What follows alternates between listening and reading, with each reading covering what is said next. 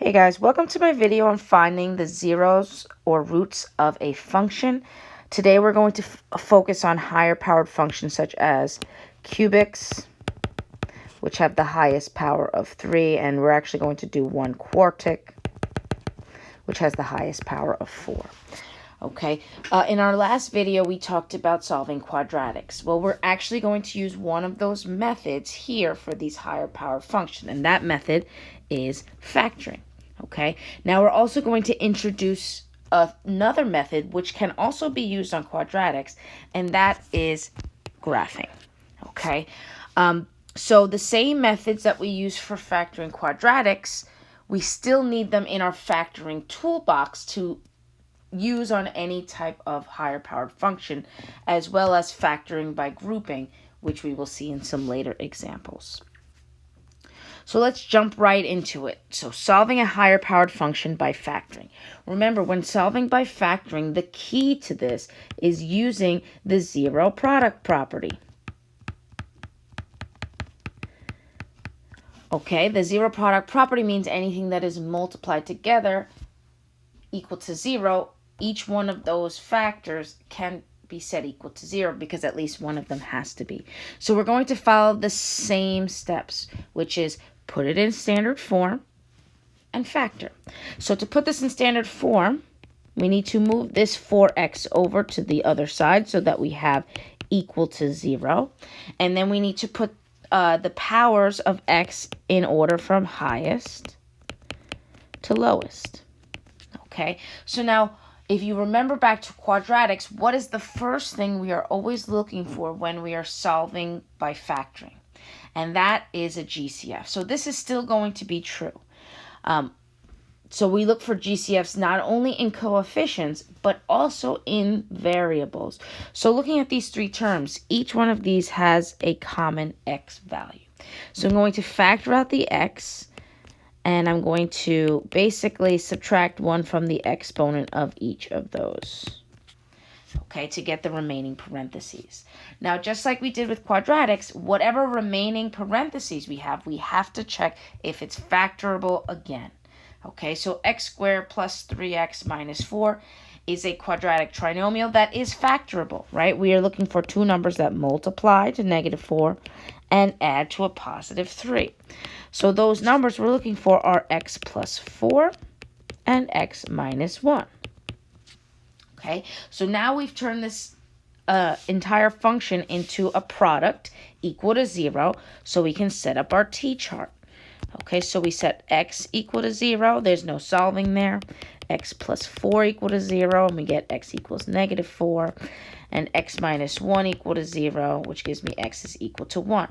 So notice here we have a cubic function whose degree is 3.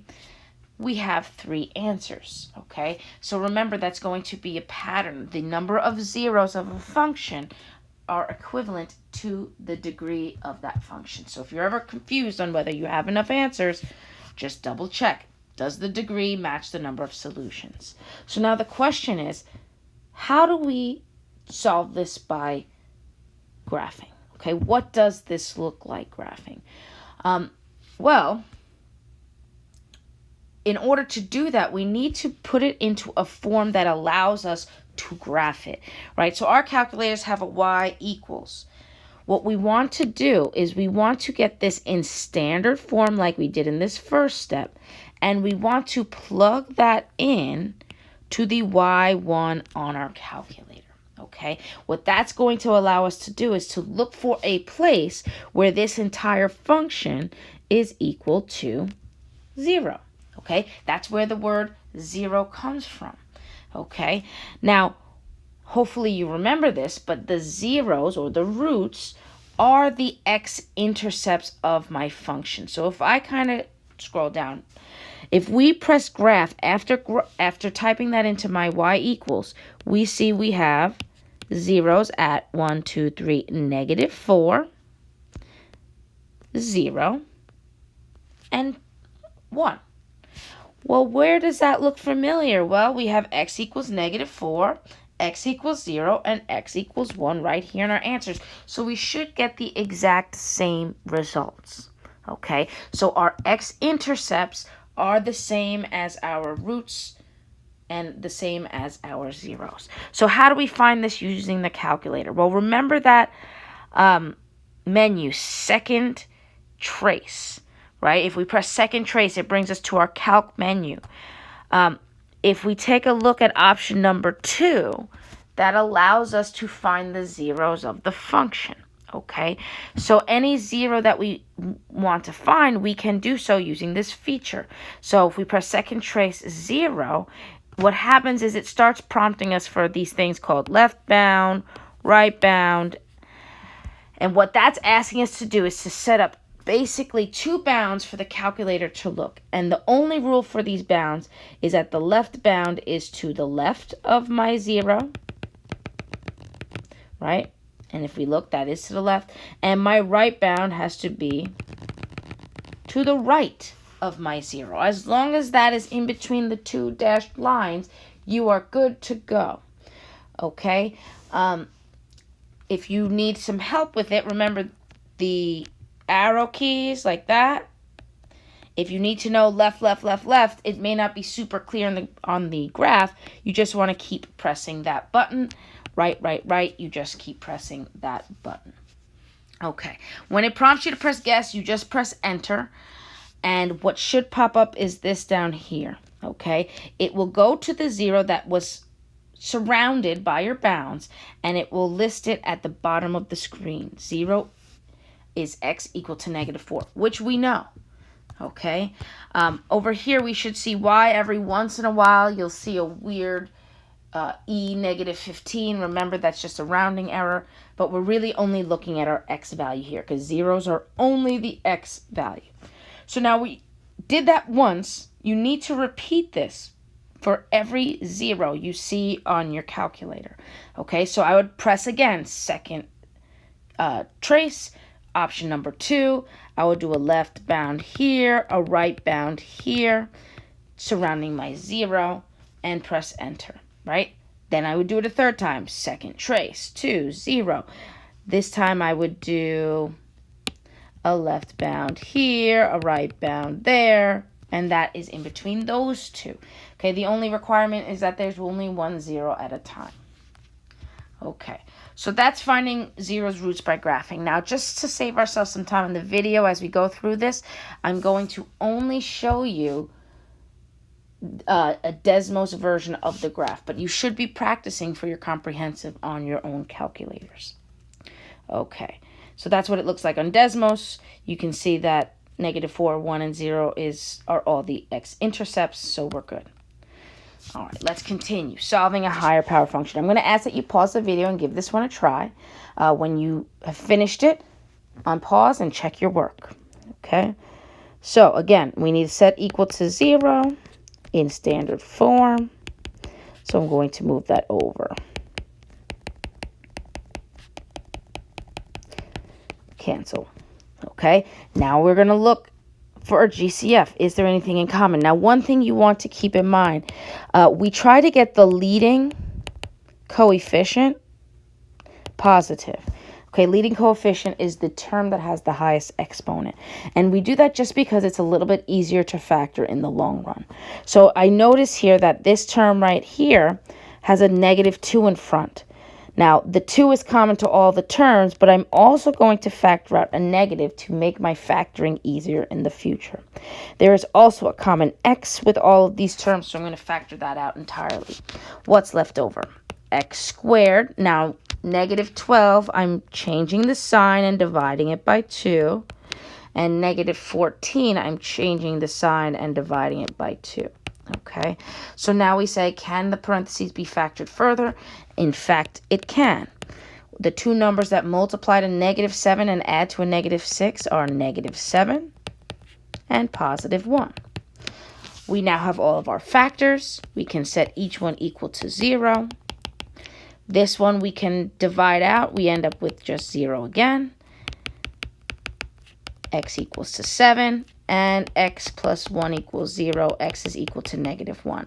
So when we graph this, what should we graph and what should we see? Well, we should graph this whole thing, right, when it was in standard form. And these three values should be,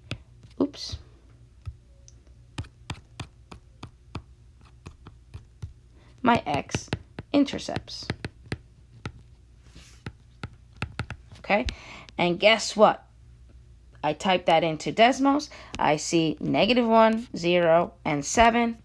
I have my zeros of my function. Remember, the zeros are just the x values. Let's try another one. Okay, so what do? Standard form equal to 0. I'm going to move the 5x over and the 35 minus 5x plus 35. I want to make sure it's in standard form. So highest power to lowest power. Now this time we look for GCF and there is none, right? There's no common x. There's no common term. But we do notice that it is 4 terms. Now when you see 4 terms, we tend to think grouping. Okay, so what's the process of grouping? Well, we want to take our terms and group them so that they are paired with another term. That pair, we now look for a common factor. Well, actually, we need to look for the greatest common factor. So of my first parenthesis, the greatest common factor is x squared, leaving me with x minus 7. Now remember, one key to grouping is having the matching parentheses, okay? So when I factor out the GCF here, I want to make sure that what is left over is x minus 7. So to do that, I do need to factor out a negative, and I'm going to factor out a 5 with it, and that will leave me with 5 and a minus 7. Are they matching? Yes, so I know that I've done this correct. So what are my factors? Well, this common binomial becomes one of my factors.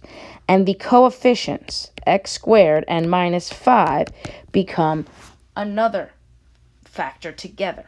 Okay, so now that I have a product, check if it can be factored again, and it can't be, okay, because 5 is not a perfect square.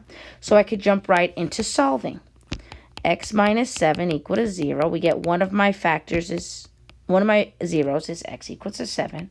And on this side, we do have a square root, but we are able to use our square root method on this example. Okay, and I do so by isolating my square root, as I just did, taking the square root of both sides, and hopefully you remember, most important, bring the plus or minus, because anytime we take the square root of both sides, we need to have a plus or minus. Remember, if this radical 5 could be reduced in having perfect square factors, please do so. This one does not. So the question, does my degree match the number of solutions? Well, yeah. 7 is a solution. Positive radical 5 is a solution. Negative radical 5 is a solution. Great. What should this look like on the graph? Well, it's going to definitely have an x-intercept of x equals 7, but these radical 5s may not be super clear, okay? So when you type it into your calculator, yes, we see the 7, but it will not give you perfect radical solutions. It will not give you exact values, okay? So for graphing, you are limited really to integers, or if it asks you to round. Okay, if it ever asks you for an exact value, you want to make sure you have your radical. But this is a great way to check your work, because if you type radical 5 into your calculator, you do get 2.236 ... And negative radical 5, you get negative 2.236 ... So you know at minimum, if you graph this, that you have graphed it correctly, okay? But it does not give you the exact values. Okay, proceeding forward. All right, so I'm going to ask that you pause the video, give this one a try, and when you're done, unpause and check your work. Okay, standard form equal to 0, x cubed minus 2x squared minus 4x plus 8.